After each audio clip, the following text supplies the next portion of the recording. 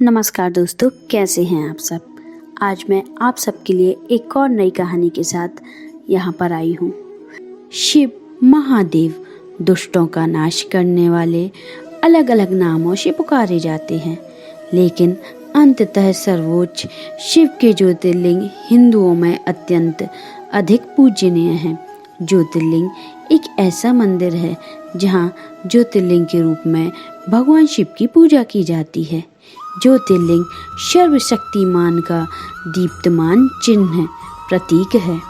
ज्योति शब्द का अर्थ है प्रकाश और लिंग का अर्थ होता है हस्ताक्षर। ज्योतिर्लिंग भगवान शिव का प्रकाश है। श्री मल्लिकार्जुन ज्योतिर्लिंग कथा।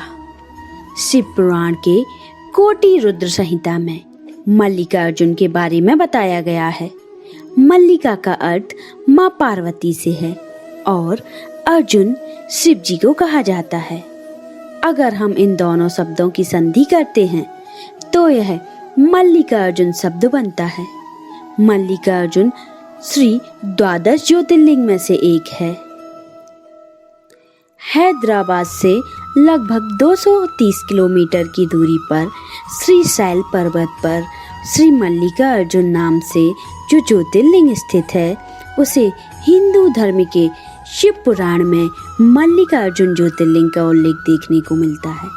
किंवदंती के मुताबिक मल्लिकार्जुन ज्योतिर्लिंग का इतिहास सातवाहन राजवंश के शिलालेख से यह बात का प्रमाण है कि यह मल्लिकार्जुन ज्योतिर्लिंग का मंदिर दूसरी शताब्दी से अस्तित्व में है। यह खूबसूरत मंदिर अधिकांश आधुनिक जोड़ विजयनगर साम्राज्य के राजा हरिहर प्रथम काल से मिलते हैं। आंध्र प्रदेश के कृष्णा जिले में कृष्णा नदी के तट पर श्रीशैल पर्वत पर श्री मल्लिकार्जुन विराजमान हैं। इसे दक्षिण का कैलाश कहते हैं। अनेक धर्म ग्रंथों में इस स्थान की महिमा बताई गई है। महाभारत के अनुसार श्रीशैल पर्वत पर भगवान शिव का पूजन करने से अश्वमेध यज्ञ करने का फल प्राप्त होता है। कुछ ग्रंथों में तो यह तक लिखा है कि श्रीशैल शिखर के दर्शन मात्र करने से सभी प्रकार के कष्ट भी दूर हो जाते हैं और अनंत सुखों की प्राप्ति होती है और आवागमन के चक्कर से मुक्त हो जाते हैं। एक पौराणिक कथा के अनुसार शिव पार्वती जी के पुत्र स्वामी कार्तिकेय और गणेश दोनों भाई जब विवाह के योग्य हुए तो विवाह के लिए आपस में कलह होने लगी। कार्तिकेय जी का कहना था कि वो बड़े भाई हैं, इसलिए उनका विवाह पहले होना चाहिए, किंतु श्री गणेश अपना विवाह पहले करना चाहते थे क्योंकि श्री गणेश थोड़े चंचल थे। इस झगड़े पर फैसला देने के लिए दोनों अपने माता पिता भवानी और शिव जी के पास पहुँचे। उनके माता पिता ने कहा कि तुम दोनों में से जो कोई इस पृथ्वी की परिक्रमा पहले करके हमारे पास आएगा, उसका विवाह हम पहले कर देंगे। शर्त सुनते ही कार्तिकेय जी पृथ्वी की परिक्रमा करने के लिए दौड़ पड़े। इधर स्थूलकाय श्री गणेश जी और उनका वाहन भी चूहा भला इतनी शीघ्रता से परिक्रमा कैसे कर सकते थे। गणेश जी के सामने भारी समस्या उत्पन्न हो गई। श्री गणेश जी का शरीर से जरूर स्थूल हैं, किंतु वो बुद्धि के सागर हैं।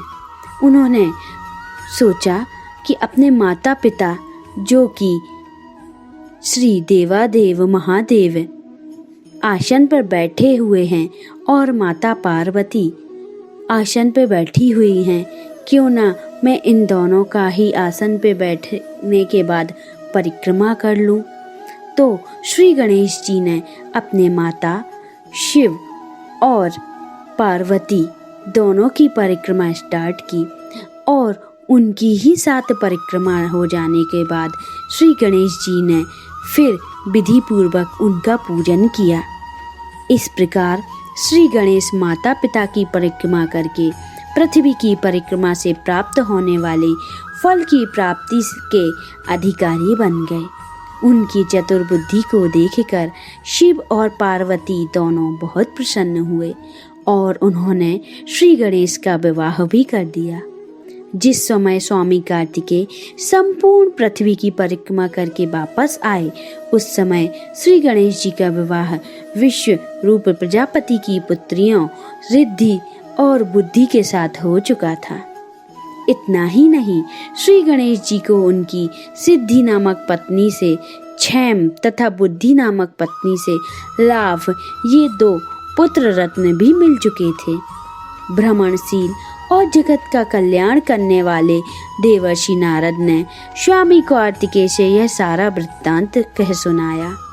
श्री गणेश जी का विवाह और उनके पुत्र लाभ का समाचार सुनकर स्वामी कार्तिकेय जल उठे। इस प्रकार से नाराज कार्तिकेय ने शिष्टाचार का पालन करते हुए अपने माता पिता के चरण छुए और वहां से चल दिए। माता पिता से अलग होकर कार्तिकेय स्वामी क्रौंच पर्वत पर रहने लगे। शिव और पार्वती अपने पुत्र कार्तिक को समझा बुझाकर बुलाने हेतु देवर्षि नारद को श्री क्रौंच पर्वत पर भेजा। देवर्षि नारद ने बहुत प्रकार से स्वामी कार्तिकेय को मनाने का प्रयास किया, किंतु वे वापस नहीं आए। इसके बाद कोमल हृदय माता पार्वती पुत्र स्नेह में व्याकुल हो उठी। वे भगवान शिव जी को लेकर क्रौंच पर्वत पर पहुंची। इधर जब स्वामी कार्तिकेय को क्रौंच पर्वत आने पर अपने माता पिता के आगमन की सूचना मिली, तो वे वहां से 3 योजन अर्थात 36 किलोमीटर दूर चले गए। कार्तिकेय जी के चले जाने पर भगवान शिव उस क्रौंच पर्वत पर ज्योति रूप धारण कर लिया और यहीं विराजमान हो गए। तभी से वे मल्लिका अर्जुन ज्योतिर्लिंग के नाम से प्रसिद्ध हुए। मल्लिका माता पार्वती का नाम है, जबकि अर्जुन भगवान शंकर को कहा जाता है। इस प्रकार सम्मिलित रूप से मल्लिका अर्जुन नाम उक्त ज्योतिर्लिंग का जगत में प्रसिद्ध हुआ। माना जाता है हर अमावस्या पर शिव जी और पूर्णिमा पर माँ पार्वती यहाँ पे निवास करते हैं और स्वयं अपने रूप में आते हैं। यहाँ पर महाशिवरात्रि के दिन मेला लगता है। मंदिर के पास जगदम्बा का भी एक स्थान है। माँ पार्वती को भ्रमराम्बिका कहा जाता है। मल्लिकार्जुन ज्योतिर्लिंग की पहाड़ी से 5 किलोमीटर नीचे पाताल गंगा के नाम से प्रसिद्ध श्री कृष्णा नदी है, जिसमें स्नान करने का महत्व शास्त्रों में वर्णित है।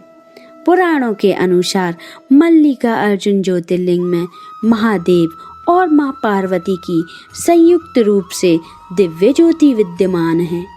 मल्लिका अर्जुन ज्योतिर्लिंग का मंदिर तक पहुंचने के लिए घने जंगलों से होकर गुजरना पड़ता है। आज से लगभग 500 वर्ष पूर्व श्री विजयनगर के महाराजा कृष्ण राय यहाँ पहुँचे थे। उन्होंने यहाँ एक सुंदर मंडप का भी निर्माण कराया था, जिसका शिखर सोने का हुआ करता था। उनके 150 वर्ष के बाद महाराजा शिवाजी भी मल्लिका अर्जुन ज्योतिर्लिंग के दर्शन हेतु क्रौंच पर्वत पर पहुँचे थे। उन्होंने मंदिर से थोड़ी ही दूर यात्रियों के लिए एक उत्तम धर्मशाला बनाई थी। इस पर्वत पर बहुत से शिवलिंग मिलते हैं, लेकिन श्री मल्लिका अर्जुन ज्योतिर्लिंग है जो कि जिसमें भगवान शिव की ज्योति और माता पार्वती की ज्योति समाहित है। तो आपको कैसी लगी ये कथा, हमें कमेंट करके ज़रूर बताइए। आप सभी को जय श्री महाकाल, जय मल्लिका अर्जुन, ओम नमः शिवाय। तो बताइए दोस्तों, कैसी लगी आज की हमारी ये कथा आपको हमारी कथाएं पसंद तो आ रही है ना? तो जल्दी से हमारे चैनल को सब्सक्राइब कर लें अगर आपने सब्सक्राइब नहीं किया है, और बेल आइकन को प्रेस करें, जिससे हमारे आने वाले वीडियो आपको जल्दी जल्दी मिलते जाएं। और हमें कमेंट करके जरूर बताएं कि आपको हमारी कथाएं कैसी लग रही हैं, जिससे हम आगे भी आपके लिए नई नई कथाएं लेके आ सकें। नमस्कार।